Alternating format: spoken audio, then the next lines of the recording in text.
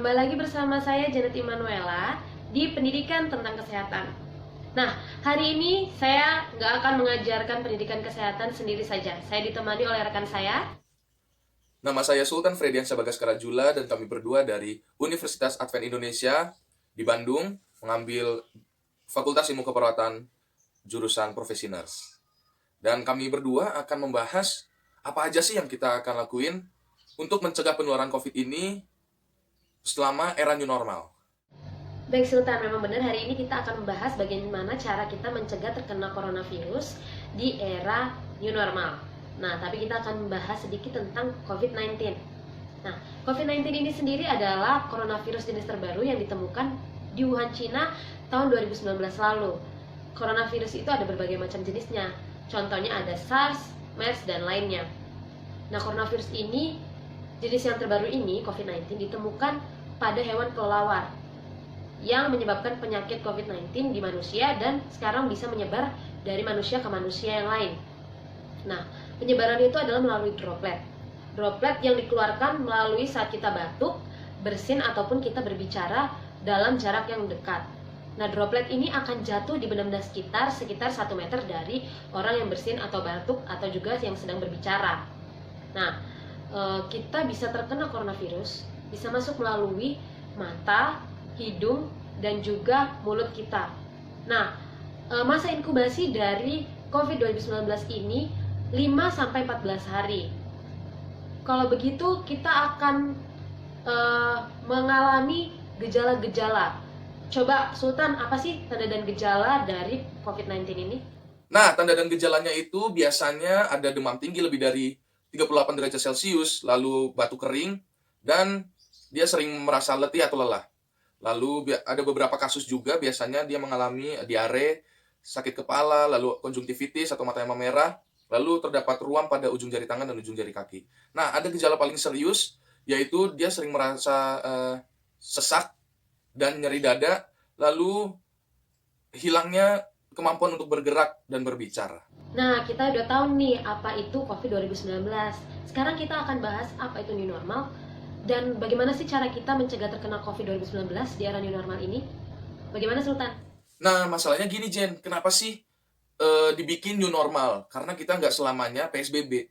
Kalau kita PSBB terus-terus, ya perekonomian negara tuh semakin menurun.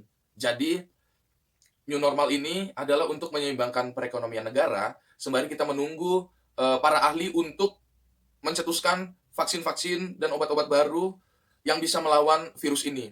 Nah, jadi new normal ini memfasilitasi kita untuk beraktivitas seperti biasanya, tetapi dengan tambahan protokol kesehatan, yaitu kebiasaan untuk selalu memakai masker pada saat keluar rumah, lalu kebiasaan untuk mencuci tangan sebelum dan setelah masuk ruangan, dan kebiasaan menjaga jarak, saling menjaga jarak satu dengan yang lain untuk mencegah penularan dan juga untuk mencegah rasa seujon. Oke Sultan, sekarang berarti waktunya kita kasih tahu sama teman-teman cara mencegah dan menanggulangi COVID-19 di era new normal. Kita harus rajin mencuci tangan kita menggunakan air dan sabun kurang lebih 20 detik. Jika tidak ada sabun atau air yang mengalir, kita bisa menggunakan hand sanitizer dengan kadar alkohol kurang lebih 60%. Hindari kontak dengan orang yang sedang sakit. Ketika kita ingin menyentuh mata, hidung, atau mulut kita harus pastikan sudah mencuci tangan kita. Jika kita merasa sakit, sebaiknya kita tinggal di rumah saja. Ketika kita batuk, menggunakan tisu, kita harus langsung membuangnya ke tempat yang tertutup dan mencuci tangan kita. Ketika tidak ada tisu, kita bisa menutup mulut dan hidung kita menggunakan siku kita, lalu kita harus mencuci tangan kita kembali. Kita harus membersihkan rumah kita sesering mungkin dan juga melap barang-barang yang sering kita gunakan menggunakan desinfektan. Ini yang harus kita lakuin kalau kita habis dari luar lalu pulang ke rumah. Nah, kalau bisa sebelum masuk rumah itu kita harus menyemprot badan kita atau melumuri badan kita dengan cairan disinfektan kalau bisa. Lalu setelah itu saat sudah masuk kita cuci tangan dengan sabun dan air yang mengalir dan kita langsung melepas pakaian kita dan masukkan ke tempat cucian yang tertutup agar virusnya tidak kemana-mana. Lalu Setelah itu kita mandi yang bersih tentunya, dan yang sudah pasti kita harus mengganti pakaian kita. Gak mungkin dong kita gak memakai pakaian. Nah, untuk teman-teman yang memang harus menggunakan transportasi umum, kita harus membawa hand sanitizer yang penting untuk mensterilkan tangan kita, karena tangan kita akan memegang banyak hal di tempat tersebut. Dan juga kita jangan lupa ya untuk menjaga agar tubuh kita nggak dehidrasi, kita harus bawa air minum kita. Dan juga kita harus tetap pakai masker kalau perlu, dan kalau bisa kita memakai face shield. Kita juga harus menjaga jarak dengan penumpang lain kira-kira 1 meter jaraknya agar kita tidak berdekatan, kan kita harus social distancing. Dan juga kita harus memastikan bahwa kita membawa uang supaya kita bisa membayar transportasinya. Nah, untuk teman-teman kita yang bekerja di kantor, eh, usahain tuh kita selalu menjaga jarak satu dengan yang lain, sudah pasti physical distancing.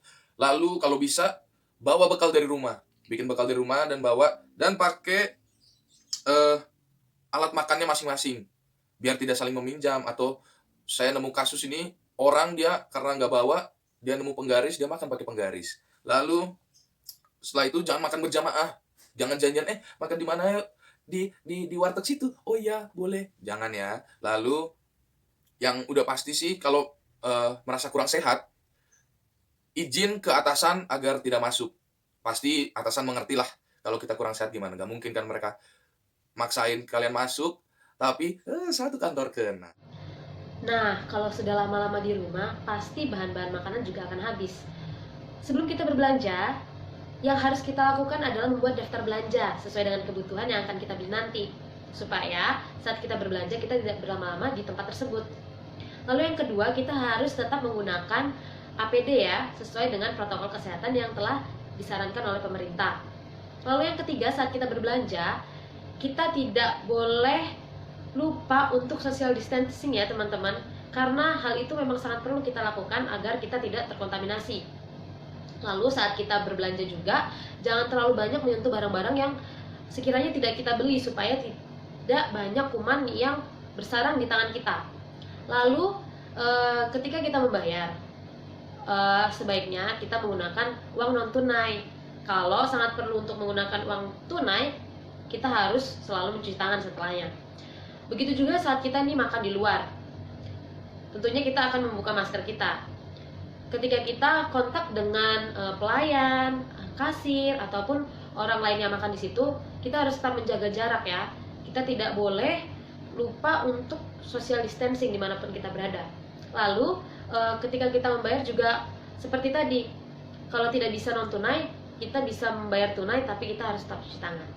Buat pemuda-pemudi yang suka belanja online, itu kita harus, kalau bisa, kita menghindari kontak dari si kurir. Tapi kalau kalian orangnya sangat bersosial, sangat ingin ramah, kalian bisa pakai masker untuk bertemu dengan kurir. Lalu kalau misalnya gak mau berinteraksi, kita harus sudah bisa siapkan tempat khusus untuk si kurir menaruh paketnya di situ.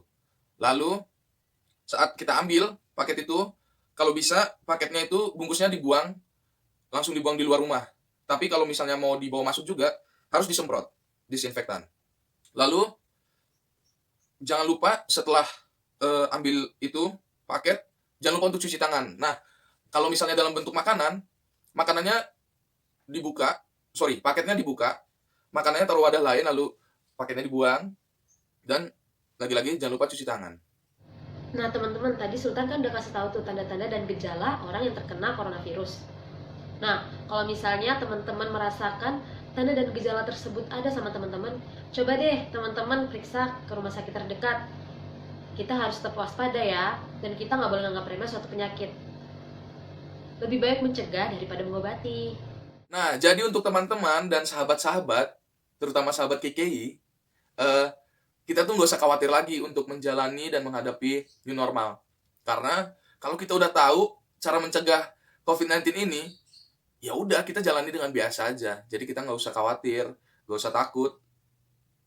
Ya, apalagi nggak boleh takut. Tapi nggak apa-apa, tetap aware sama keadaan sekitar, dan agar kita saling menjauhkan pikiran suudzon pada orang lain. Karena kita sesama manusia harus saling mengasihi, saling mengingatkan dan saling menegur, saling bahu membahu. Oke? Semoga bermanfaat teman-teman.